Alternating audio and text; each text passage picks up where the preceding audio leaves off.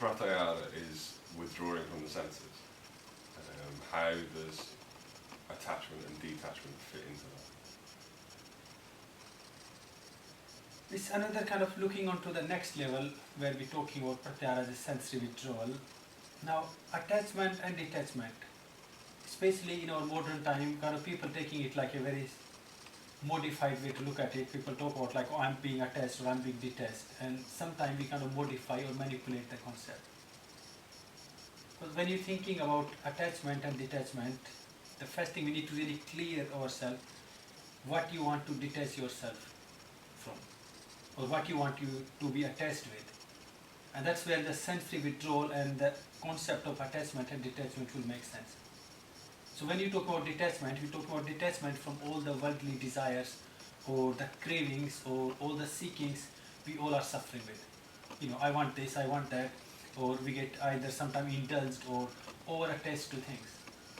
Or sometimes, you know, we can't let go, even sometimes we can't let go of problems.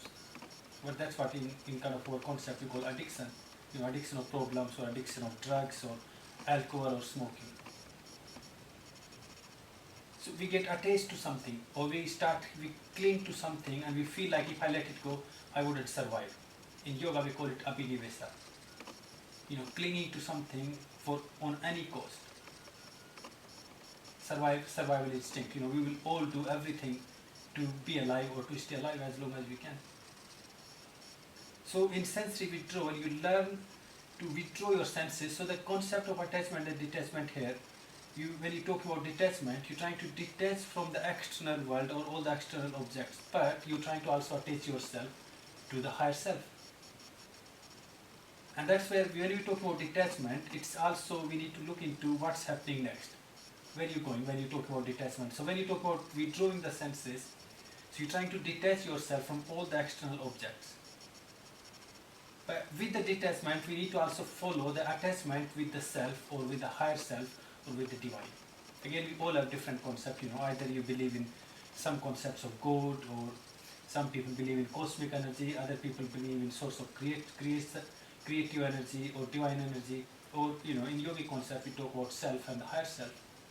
So whatever you believe in, then you're looking into attaching yourself or focusing or being aware to that higher energy, that higher concept.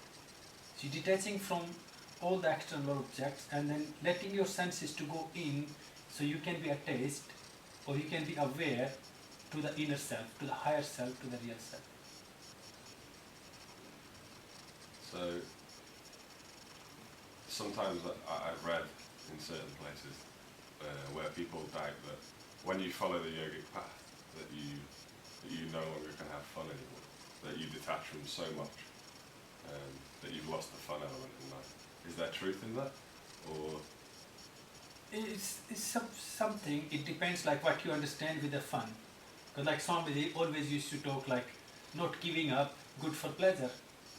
So it depends like what you're looking in pleasure for. If you think like pleasure is going down pub and you know enjoying drinks or going down and seeing friends and having drugs or that sort of things, then yes, I would say you're cutting down them. Because that's in a holistic way, it's not really fun. So even though like some things what worldly people or in modern time people see as a fun or going out and enjoying social time, in the long term it's not really good. So in short term it looks like I'm going out, I'm enjoying my time with friends or society. When in long term you're creating health problems, you're creating mental and emotional problems. So if you're seeking like your health and well-being, your kind of a healthy household, family life, all your responsibilities, they can be fulfilling, can be nurturing, then you're not giving up any fun. So when I look at yogic philosophy or the yogic path, I would say depends what people mean when they talk about I can't have fun. You can still enjoy your senses, you can still, you can be married, you can have your wife or you can have your husband and do everything you're supposed to enjoy. But all you do is you're putting yourself in a discipline. So in yogi concept, when we talk about fun and that, you value your energy, you value your body, you value your mind, and you really be so mindful, so careful. You know where to save your energy, where to put your energy, and when not to put it. So you're not really giving up fun in or yogi concept, but actually It depends what we mean with the fun. Would it be fair in saying that you actually become more aware and that you can take joy from simple things that you would previously have completely ignored? Yes, so that's the difference, because once you become, when you become healthy, when you become happy, then your contentment becomes more subtle too. So you don't really need to do gross things anymore. So your happiness, I see it like, your happiness should be more in natural things.